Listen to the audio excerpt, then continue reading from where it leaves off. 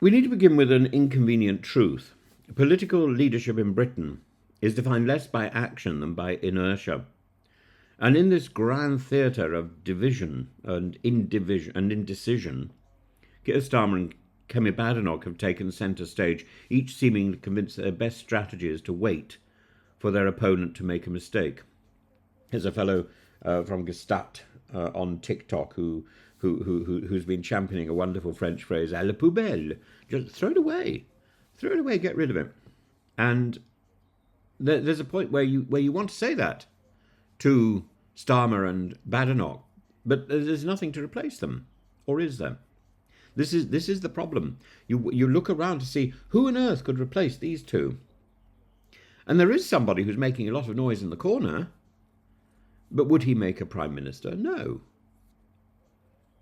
These two who think the best thing to do is to wait for their opponent to make a mistake. Meanwhile, in a move that ought to have stunned the Westminster establishment into a state of reflection, Nigel Farage has done what no one expected, and he's publicly defied Donald Trump and declared that Ukraine must join NATO. It's a moment that underscores the total lack of strategic clarity from both Badenoch and Starmer, two figures who seem unable to grasp the political moment, let alone shape it. Kemi Badenoch, now marking 101 days as leader of the opposition, has given us all a masterclass in how to run a political party like a crumbling heritage site. She tells us that she's the custodian of an institution that's existed for nigh on 200 years, but she can't treat it like a toy and have pacts and mergers. The problem with this analogy is, of course, that the Conservative Party was not, or is not, an antique vase. It's supposed to be a functioning political entity, more a watering can, one that can evolve, adapt, and crucially win elections. Instead, under Badenoch's leadership, the party is hemorrhaging support, trailing in third place behind Labour and Reform UK, which is now polling at an astonishing 26%. Rather than acknowledging the existential crisis facing her party, Badenoch is engaged in a defensive posture, resisting Reform UK's advances while ignoring the fact that for many Tory voters who are now looking for leadership, Nigel Farage presents that. Her attempt to frame Reform's rise as an aberration rather than a symptom of deep disillusion within the right is as misguided as it is dangerous. And when asked for a potential alliance with Farage's party, she dismisses it as an idea for the birds. Unfortunately for her, those birds appear to be flying the Tory nest in record numbers. If Badenoch's leadership is defined by defensive posturing, therefore, Keir Starmer's is defined by its overwhelming sense of timidity. And he's successfully positioned himself as the most risk-averse politician in modern British history, an achievement that would be impressive if it were not so debilitating. And while Labour remains ahead of the Tories, it's by no means it's by no means invulnerable.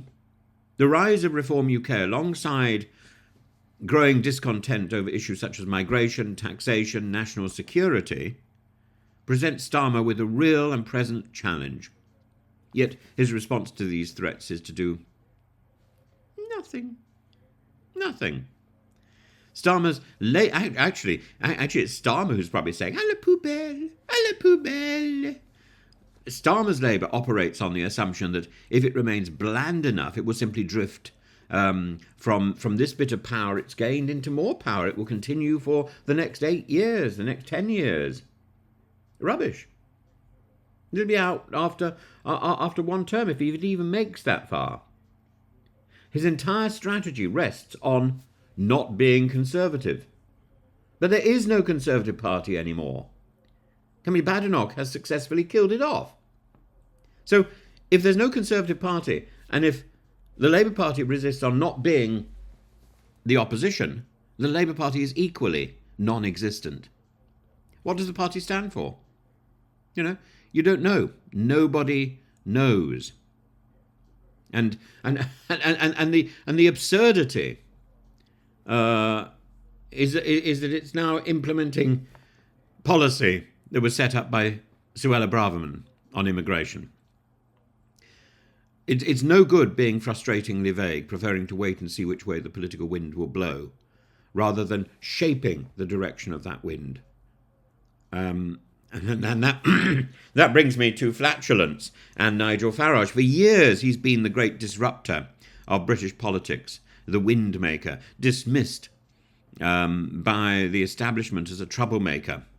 But it's Farage breaking wind, not Starmer or Badenoch, who is setting the terms for the national debate. It's Farage's defiance of Trump on Ukraine that's significant, not Starmer or Badenoch. It signals to the world that he is no longer simply a reactionary figure, but one willing to take bold positions and go beyond populism. Now that is significant. It's also a calculated political move. By openly advocating for Ukraine's NATO membership, Farage is not only aligning himself with a more hawkish foreign policy, but also directly challenging the Conservative Party's incoherence on this issue.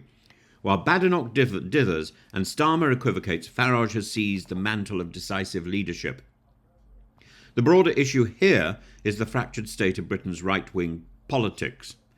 Badenoch clings to the Conservative Party as though it's a sacred relic, but as history reminds us, political parties are not immortal. The Whigs once dominated British politics, they no longer exist. The Conservatives risk a similar fate if they continue to behave as though their survival is inevitable, and under Kemi Badenoch, it's definitely not. She is, in 100 days, she has managed to do more to destroy the Conservative Party than almost anyone in history. She's done more to destroy the Conservative Party than Liz Truss. There you are. It's extraordinary. Farage and Reform UK, on the other hand, are attracting both disillusioned Tory voters and working class voters who once supported Labour. This shift is not temporary, it's structural. And the real question is not whether Reform can sustain its rise, but whether the Conservatives can survive its challenge.